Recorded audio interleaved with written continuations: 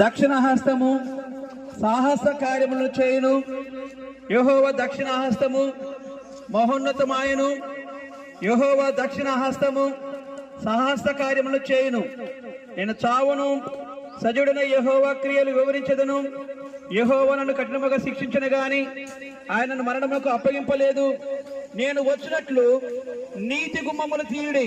ఆమేన్. నేను వాటిలో ప్రవేశించి యెహోవాకు కృతజ్ఞతాస్తుతులు చెల్లించదను. ఇది యెహోవా గుమ్మము, నీతి మంత్రులు దీనిలో ప్రవేశించదరు. నీవు నాకు రక్షణాదారుడవై నాకు ఉత్తరమిచ్చున్నావు. నేను నీకు కృతజ్ఞతాస్తుతులు చెల్లించదను. ఇల్లు కట్టువారు నిషేధించిన రాయి మూలకు తలరాయి అయ్యను. అది యెహోవా వలన కలిగినది. అది మన కన్నులకు ఆశ్చర్యము. ఇది యెహోవా ఏర్పాటు చేసిన దినము. దీని యందు మనము ఉత్సాహించి సంతోషించదము. యెహోవా దయచేసి నన్ను రక్షించుము. యెహోవా దయచేసి అభివృద్ధి కలిగించుము. మరొకసారి చదువుతున్నాను. ఇది యెహోవా ఏర్పాటు చేసిన దినము. దీని యందు మనము ఉత్సహించి సంతోషించదము. యెహోవా దయచేసి నన్ను రక్షించుము.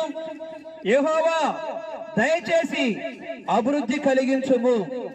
దేవుని బిడ్డారా, పరిశుద్ధ గ్రంథంలో నుండి రాయబడిన మాటలు మనం చూస్తుంటున్నాం.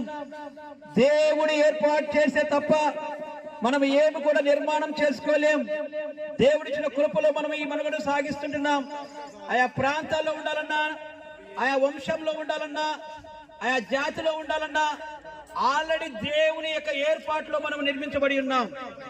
ఈ ప్రాంతంలో, ఈ గ్రామంలో ఈ యొక్క నివాస స్థలము దేవుడు నీకు ఏర్పాటు చేసి ఉన్నాడు.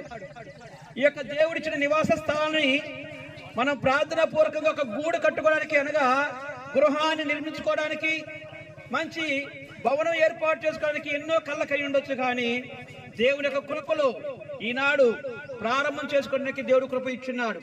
ఏదేమైనా ఇంటికి పునాది చాలా